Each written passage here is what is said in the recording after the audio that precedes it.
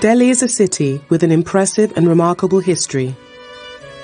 Standing as a witness to this interesting bygone era are the various monuments of Delhi. The commercial and business hub of India, Delhi has been witness to a tumultuous history of the uprising and fall of many empires.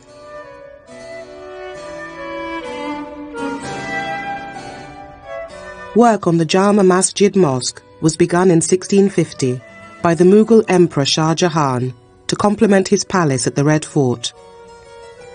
More than 5,000 workers toiled for 6 years to complete the largest mosque in India. Situated near the Red Fort in Delhi, Jama Masjid is built in red sandstone. The largest museum in New Delhi, the National Museum at Janpath, offers unique insight into the history and culture of India. It has a wide array of exhibits depicting 5,000 years of Indian history.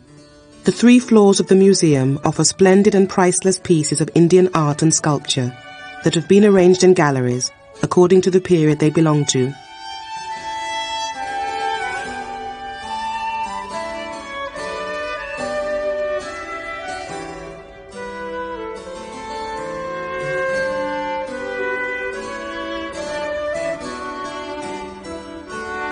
The National Gandhi Museum, dedicated to Mahatma Gandhi, has a long story behind its establishment. Work on this museum started in Mumbai soon after the assassination in 1948. Efforts were made to collect all the personal belongings of Mahatma Gandhi and anything that related to the life, philosophy and work of Gandhiji. Also known as Gandhi Memorial Museum of Delhi, it comprises 5 pavilions consisting of sculpture, photographs and paintings of Gandhiji, the history of the Satyagraha movement, along with the philosophy of ahimsa, non-violence.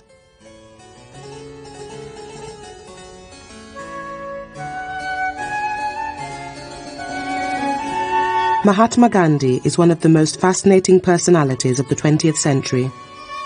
The way in which he stood up against discrimination in South Africa and India using non-violence, combined with the theory he developed on his methods, make him one of the most important examples in the history of humanity.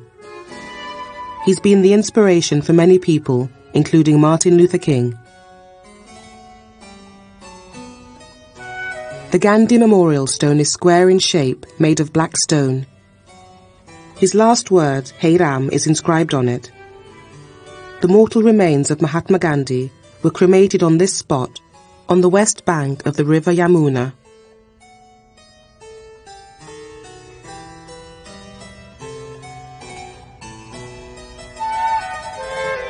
Parliament House accommodates the 2 Houses of Parliament, the House of the People and the Council of States. Meetings are held in the domed circular central hall and the 3 semicircular buildings.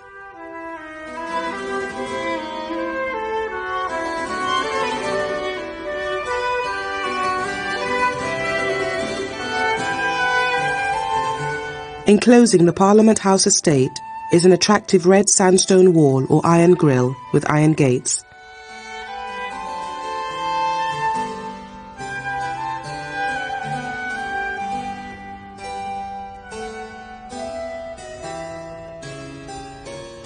It was decided in the Delhi Durbar of 1911 that the capital of India would be shifted from Calcutta to Delhi. Built as the Viceroy Lodge, Delhi Rashtrapati Bhawan comprises 4 floors and 340 rooms. Now known as the President House of New Delhi, it's spread over an area of approximately 60,960 square meters. It took 18 years to construct this building, and on the 18th year of its completion, India became independent.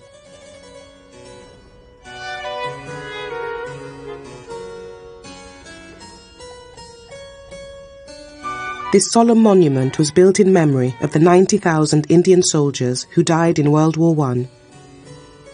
It was built in 1931, designed by Lutyens, and was originally called the All India War Memorial.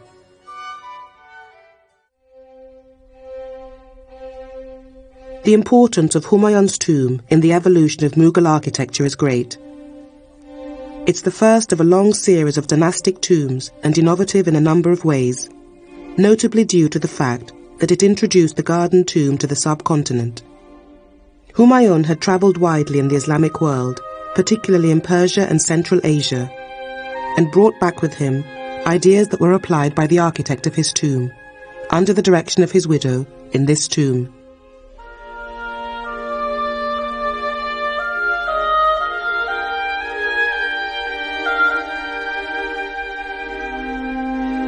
The garden tomb, of which Humayun's tomb is the first important example in India, is above all else the soul of the powerful Mughal dynasty, which unified most of the subcontinent.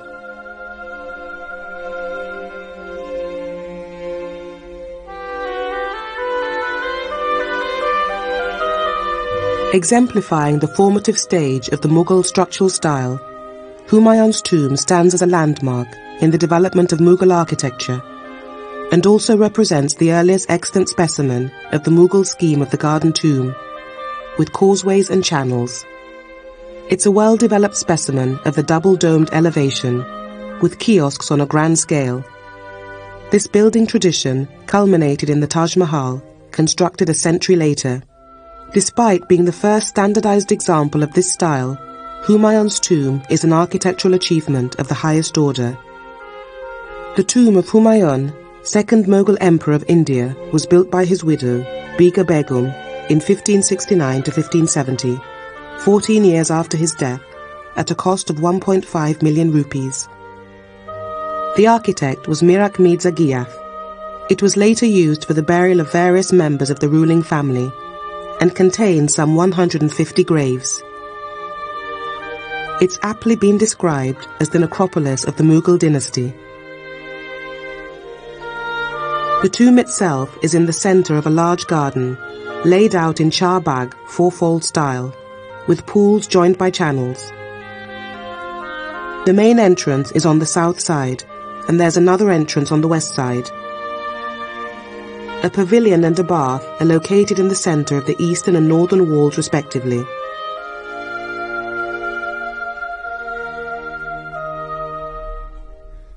The mausoleum itself is on a high, wide terraced platform with small arched cells along the sides. In plan, it's an irregular octagon with 4 long and 4 short sides.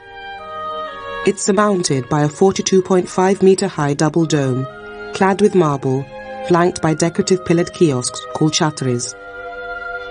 The vaulted chambers contain sarcophagi that were added later.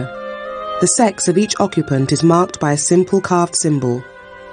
A box of writing instruments indicates a male, and a writing slate indicates a female.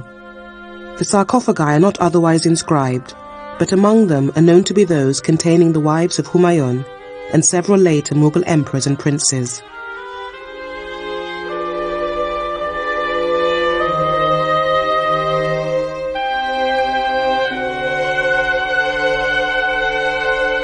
The interior is a large octagonal chamber with vaulted roof compartments, interconnected by galleries or corridors. This octagonal plan is repeated on the second story. The structure is of dressed stone, clad in red sandstone with white and black inlaid marble borders. The sarcophagus of Humayun is found in the central domed chamber, the head pointing south and facing east according to Islamic practice.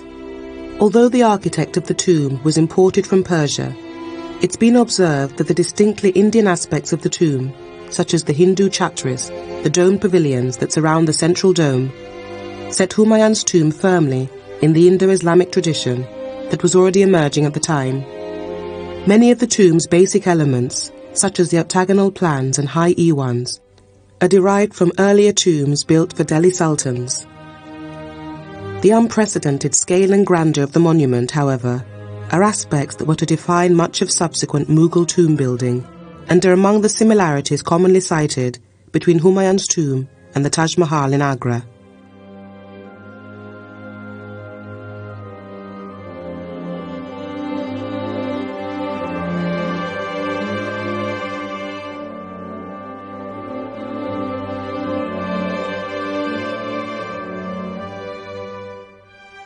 During the British period, the tomb was maintained by the Public Works Department, the Archaeological Survey of India, taking over responsibility in 1945.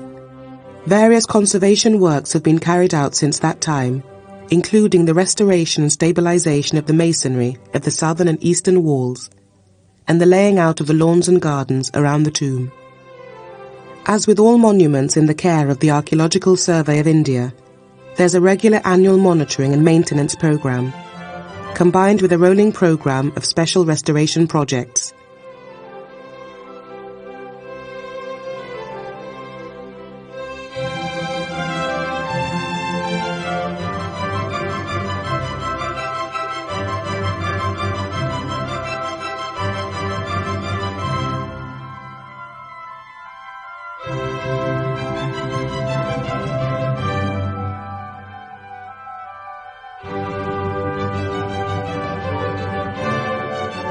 Islamic rule in India also saw the introduction of many new elements in the building style.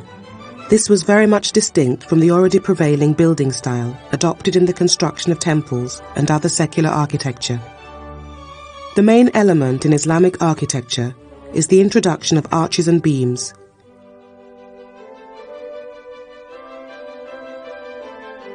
The right combination of the red sandstone building medium with the white marble, the latter used as large inlays, exhibits the maturity of this style.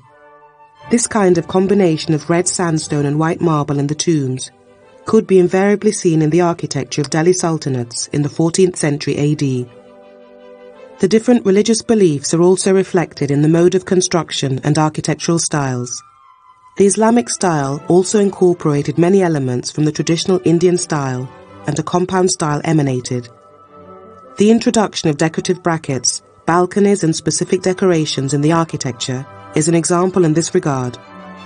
Tomb architecture is also another feature of Islamic architecture, as the practice of the burial of the dead is adopted.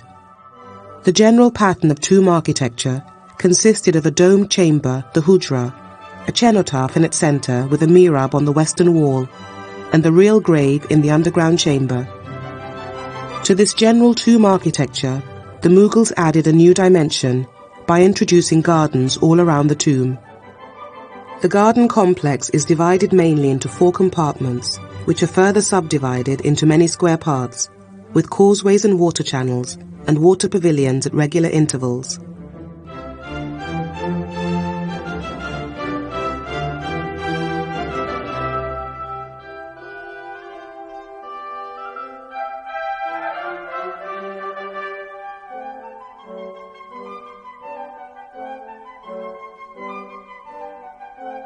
The Isa Khan complex is a walled area adjacent to Humayun's tomb and is the resting place of Isa Khan Niatsi, a noble of influence at the court of Sher Shah Suri. A mosque and an octagonal tomb built in the Sur style are enclosed in Isa Khan's walled complex.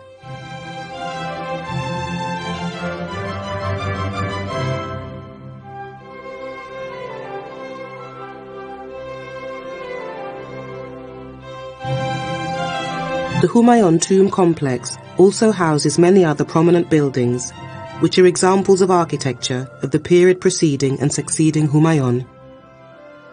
The brilliant and innovative design introduced many new features which were to become intrinsic to the repertoire of Mughal funerary architecture and its apotheosis in the Taj Mahal.